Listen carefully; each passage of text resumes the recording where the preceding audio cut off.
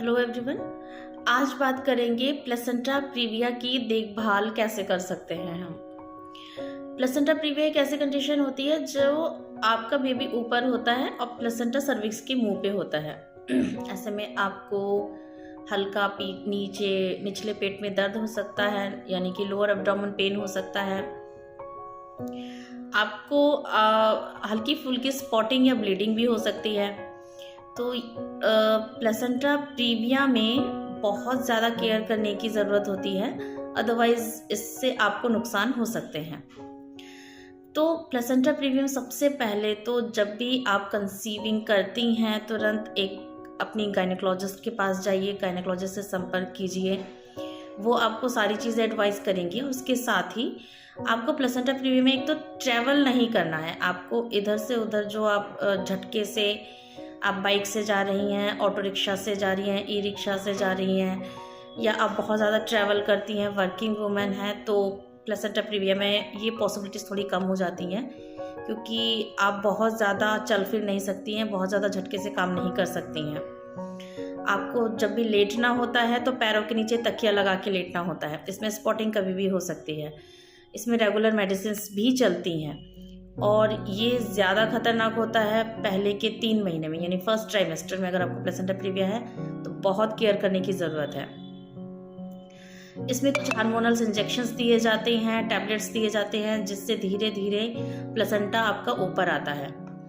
Placenta previa में breathing yoga आप ज़रूर करें, जिसे अनुलोम विलोम कहा जाता है। यानी एक नाक से आपको सांस लेनी है और दूसरी नाक से छोड़नी है, सिर्फ एक यही, इसके अलावा और कुछ नहीं। तो ये अनुलोम विलोम अच्छा रहता है, बॉडी में ऑक्सीजन की सप्लाई बहुत अच्छे से होती है और बेबी भी ठीक रहता है। साथ में तो आपके सप्लीमेंट्स और मेडिसिन चलते ही हैं, जैसे कि फॉलिक एसिड, कैल्शियम और मल्टीविटामिन्स।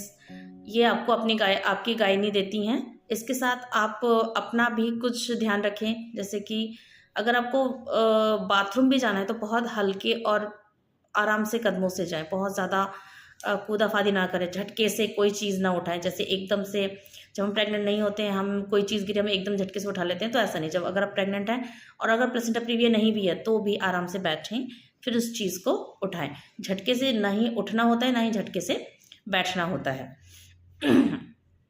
स्पॉटिंग अगर बार बार आ रही है तो जब आपको स्पॉटिंग आती है तब ऐसे ही मेडिसिन ना लें, गायनेकोलॉजिस्ट से संपर्क करके ही अपनी मेडिसिन लें।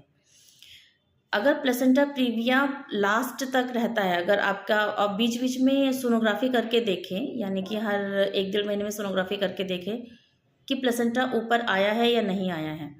अगर नहीं आया है तो रेगुलर ये जो रेस्ट है, कुछ लोग कहते हैं कि प्रेगनेंसी में रेस्ट नहीं करना चाहिए, लेकिन कुछ कंडीशंस ऐसी होती हैं जिसमें हमें रेस्ट करना पड़ता है, जिसमें जैसे कि अगर नाल नीचे है और प्लेसेंटा प्रीविया यानी कि प्लेसेंटा नीचे है, बेबी ऊपर है, तब भी हमें प्रॉपर रेस्टिंग जोन में ही रहना होता है।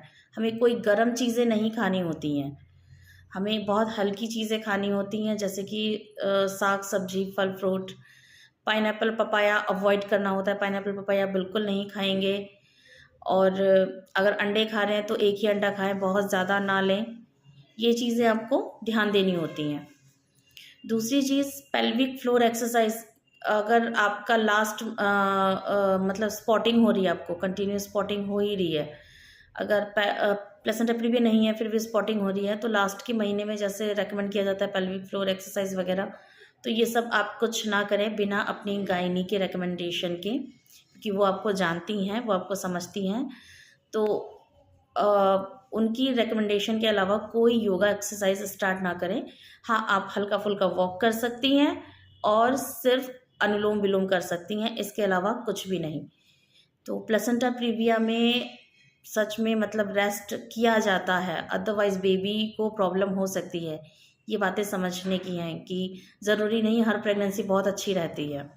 अगर आप कुछ दिन, अगर आपने कंसीविंग की है, आप थोड़ा सा अगर रेस्ट कर लेंगी और